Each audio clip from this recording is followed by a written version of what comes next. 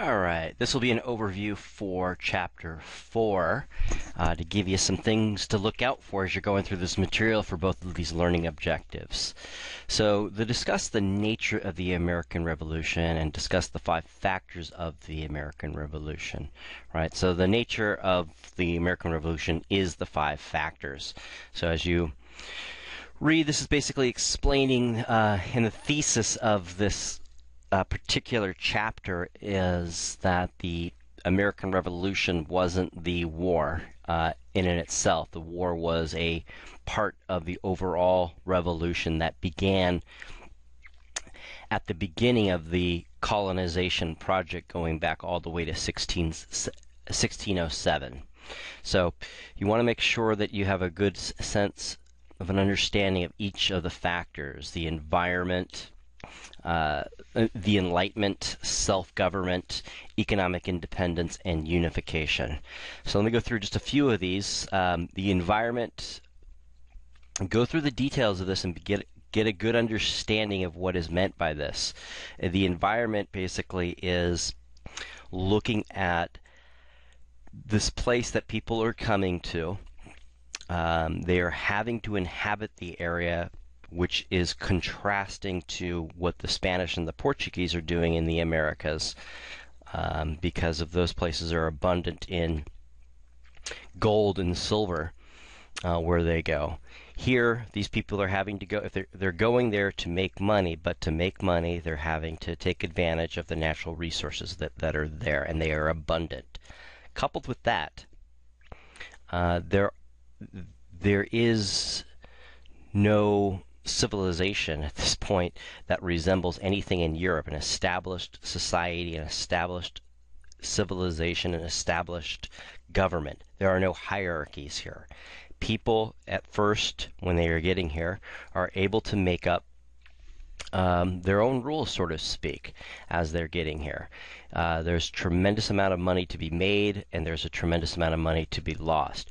Probably one of the biggest examples of somebody who was able to take advantage of the opportunities that were available to anybody with enough ingenuity, ambition, and energy was this gentleman right here, Anthony Johnson. I would take a look at this clip in developing your response. Anthony Johnson is an interesting individual because he demonstrates 2 things. He demonstrates what the colonies were like before race was defined, which, remember, is a key element of Chapter 2 in the development of slavery. You're not only just seeing the development of slavery in Chapter 2, but you're seeing the development of race. So Anthony Johnson was one of the original indentured servants that came to Virginia from a Dutch ship. So he was the first of the 20 Africans that were inhabited an English colony.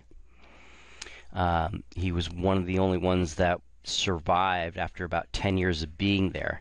He gained his freedom and was able to rise to prominence, to wealth, and became actually a very well-respected individual in the area. Again, this is before race. What this also underlies, and it's connected, is before you begin to have an established society here, established hierarchies that are slowly beginning to develop, a person like Anthony Johnson was able to make it in this situation.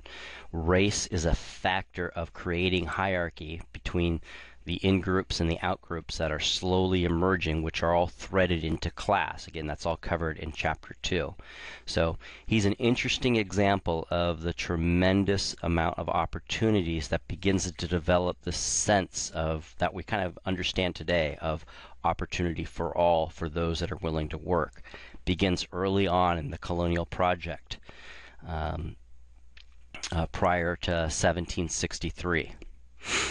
The Enlightenment is a big one. This is basically a philosophical movement that begins in Europe in the 17th century, the 1600s, What's significant about the Enlightenment, and the person you want to really focus on in this, is John Locke. He becomes incredibly influential to the founding generation of the American Revolution, people like Thomas Jefferson, for example.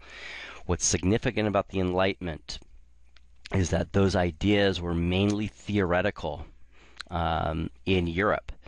With the environment, with this open slate in British America, those lofty ideas of individuality, of freedom, of democratic government, of self-government, of a secular government. These are some of the major themes of Enlightened philosophy. Begin to take root and are able to take root in British America. Right? They weren't able to take root in Europe, especially in England, because those societies were already established. So go through this, have a good understanding of this individual right here, John Locke. I definitely would watch this video. Try not to skip the videos. I know a lot of students think they're getting ahead by skipping material, but that's not a good idea. Going on down to self-government, the third factor. This is basically a recap of salutary neglect. So from 1607 to 1763, these colonies were to some degree allowed to develop on their own, most prominently in New England with the Massachusetts colony.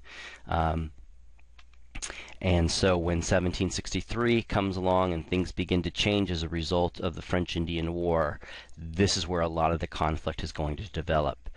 Scrolling on down to economic independence. This isn't too hard to understand here, but a very important factor. By the time we do get to 1763, these colonists are already economically independent. So make sure you understand that. There's a real important factor, because political independence without economic independence means nothing. It would be it's very much akin to the teenager parent conflict.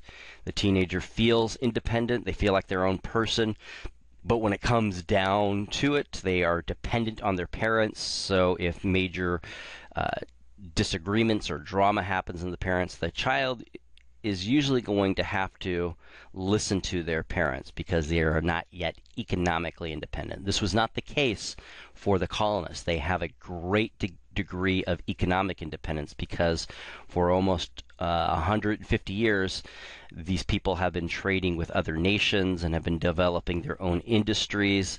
They have been able to circumvent the goal of empire, which is to create a dependent relationship between the colonies and its empire. Great Britain failed at doing that through the process of salutary neglect. And colonial unity, this is significant because when we get to 1763, it is clear that the colonies are not united. Remember, salutary neglect not only made them independent from Great Britain, but they made them independent from each other. So keep that in mind. The significance of the Albany Plan, which was something put together by Benjamin Franklin, was as a result of the French Indian War when it broke out, was, hey, we have a war in our backyard that the British are fighting supposedly on our behalf. Maybe we should get together and meet to come up with plans to defend ourselves if this war goes sour. They did not. This plan failed. So watch this video, give you a good understanding of this plan. It fails, which underscores the disunity prior to 1763 of these colonies. What begins to happen, and happens slowly between 1763 and 1776, is that because all 13 of these colonies have a common problem, a common enemy as it begins to develop, they begin to unify through very specific strategies of letter writing, of strategized boycotts, and of campaigns of propaganda foisted mainly by the Sons of Liberty. Right, so draw on that. In the next unit, we will get into further details of this unification process. Okay, that's all I have for now. Let me know if you have any questions. Take care. Bye.